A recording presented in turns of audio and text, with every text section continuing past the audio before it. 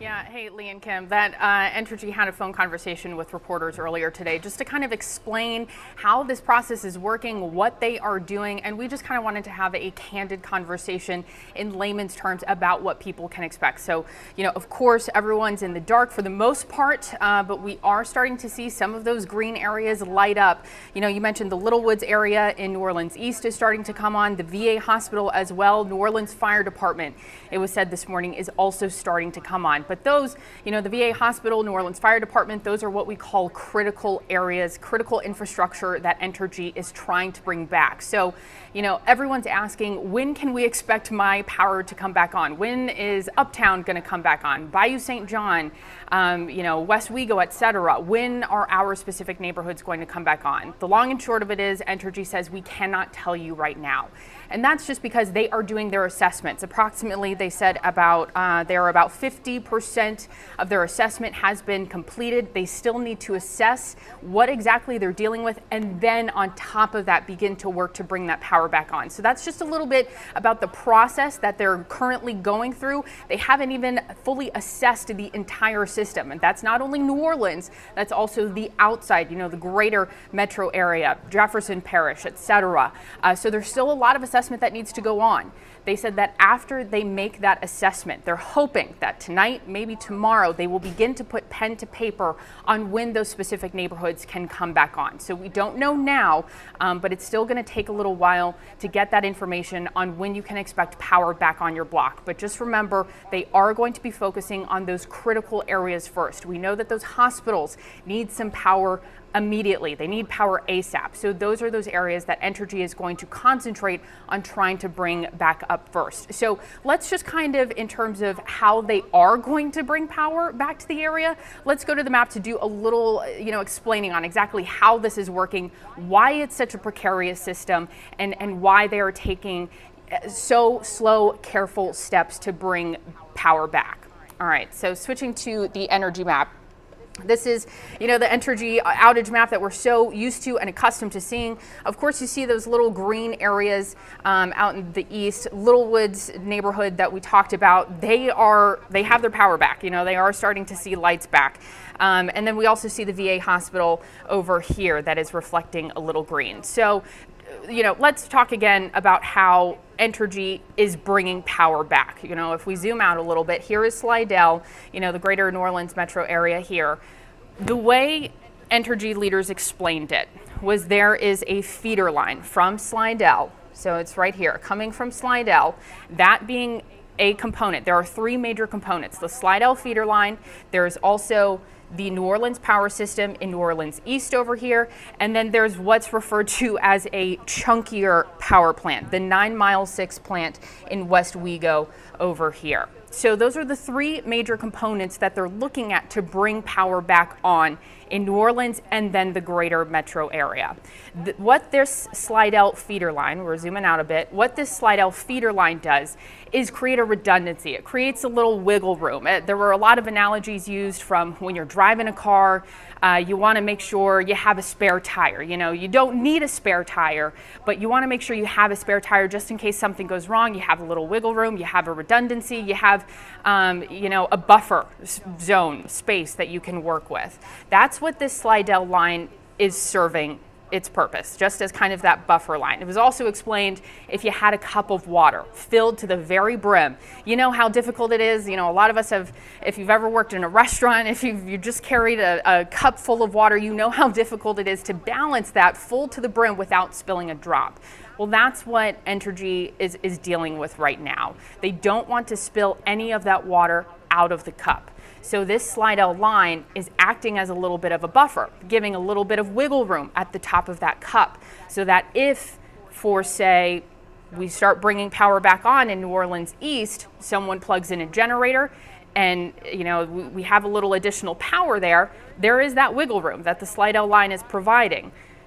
So that is that. So as the Slidell line being one component, we're also looking at the New Orleans power station here in New Orleans East. Now keep in mind, to bring back power to the entire city, it's going to require about 1,000 megawatts worth of power. The New Orleans Power Station here in the east, it supplies about 128 megawatts of power, so a fraction of what's required in the entire city.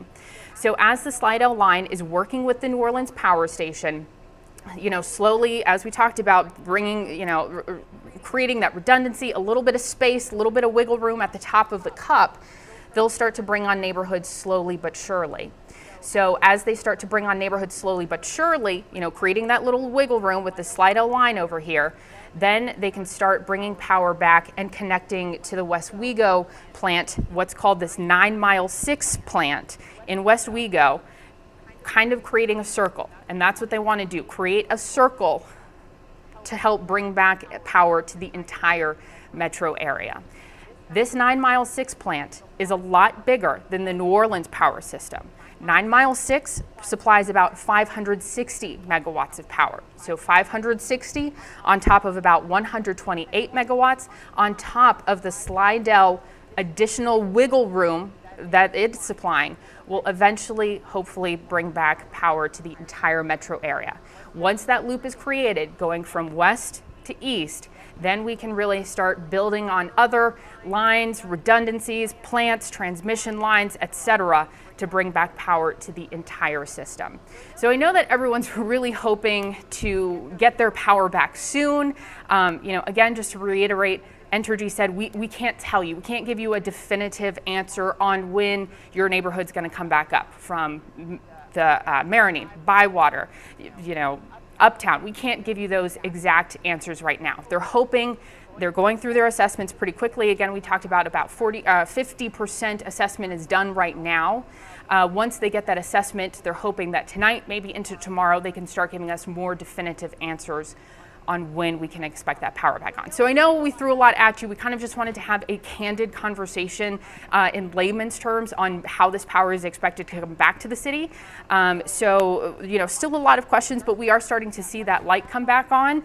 Again, in the Little Woods neighborhood, the VA hospital and New Orleans Fire Department, they're going to focus on those critical areas, but they do say that they have 20,000 workers here on the ground working to bring that power back up. There's a lot of damage they covered from 750 feeders out, about 5,000 poles have been damaged, 1,100 spans of wire, 5,200 transformers. The list just goes on and on and on. So they are working with a lot of components. They have to assess the system first, figure out how to fix it exactly, and then go from there. So still a lot of questions, but that's kind of just how an overview, layman's terms conversation on how they plan to bring back that power. So Lee, Kim, I don't know if you have any questions, but I will do my best to answer them. I know there's still a lot of questions That was actually left. Complicated, but you simplified it very well. No, I kind of you understand what they're explained doing, right? Right.